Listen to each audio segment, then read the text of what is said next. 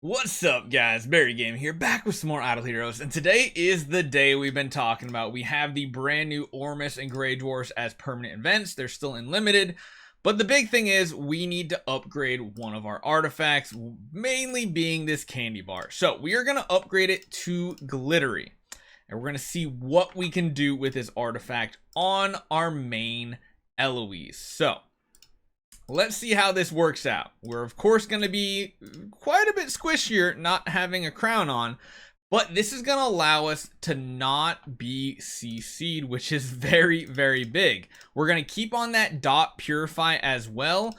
Now, we don't really need the Gustin to get an active off as soon as possible, which means I really want to run one of these two girls with an energy artifact and the other one with a crown. So let's do that for now. Crown on Jara I think is a good idea as well, and then let's grab one of our demon bells off of a Rogan and slap that on to her. So I think we're in a good spot here. One thing I realized is I didn't actually re-roll the gear here.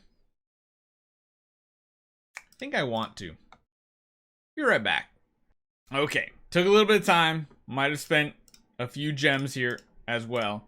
Let's see what this Lucky Candy Bar can actually do for us at this point. So dot removal, that's definitely something we want to run. We're going to run pretty much everybody else tanky, although I kind of still want to run her offensive.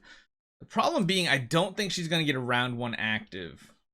I don't think that's a big deal. Having her have a later active is not the worst thing in the world. Let's see what we can do with this type of setup here. Gonna run the Eloise very similar. So I did pretty much everything except for the speed here. So she has the all damage reduction, the HP, and the damage dealt. There's no way we're gonna get the control immunity anyway, or the not the control immunity, but we have the control immunity. We're not gonna get the damage reduction from the higher level candy bars. So just offsetting the first one and granting immunity to that control effect is going to be huge, I think. So let's jump into it. Let's see if this actually makes a big difference. Put both Annabelles back in the back row. Gustin, again, not going to get a round one active, and I think we might want him to have a round one active.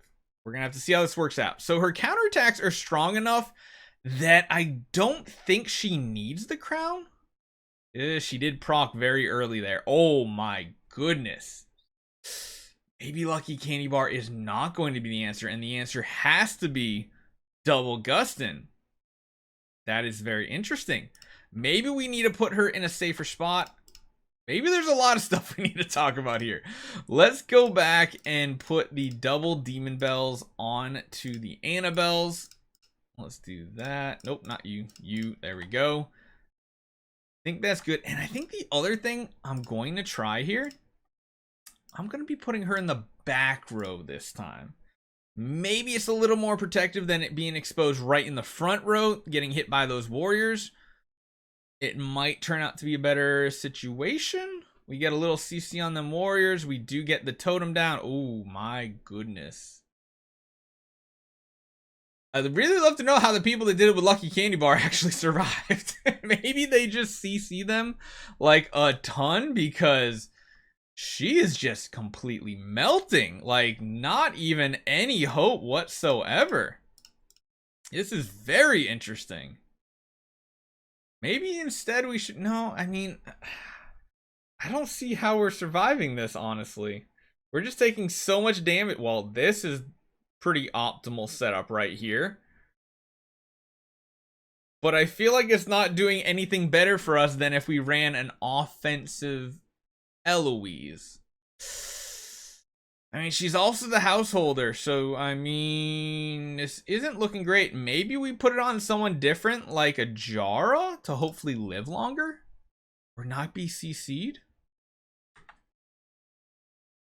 I mean, we could try something super tanky as well. Throw the deer in, that means we have a higher block chance.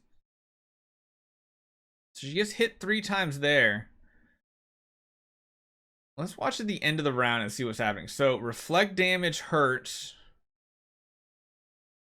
Totem down. End of round dots are pretty devastating here. Even with dot purify, it doesn't seem to be doing enough. So maybe we need to run something like resilience, because I think the dots technically tick before anything else happens here. So maybe we change this to or not that one. Go to vitality and like resilience.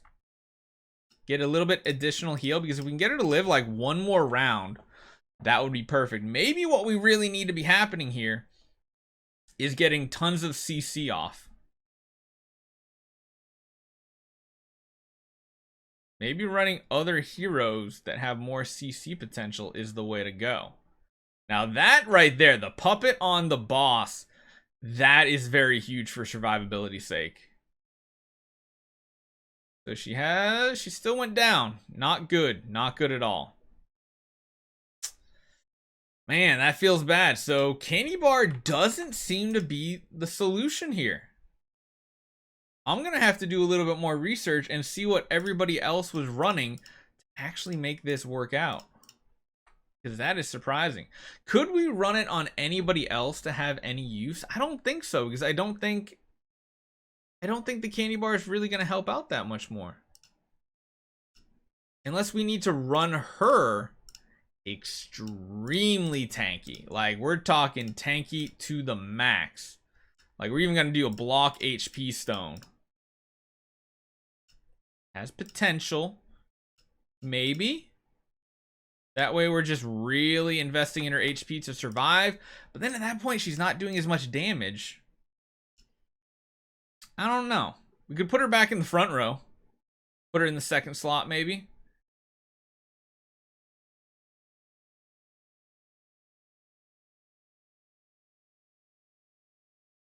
Wait. Oh, I left the crown on her.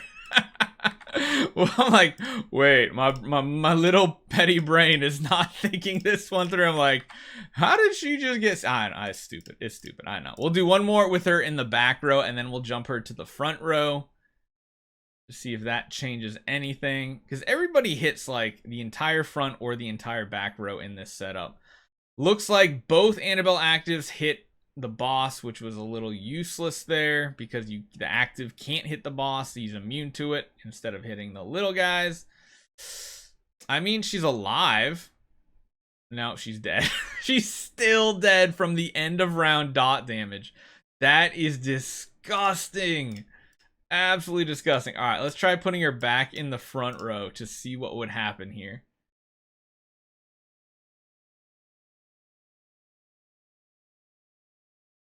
I wonder if there's ever a way that we instead just make a super, super powerful Jara to make this complete.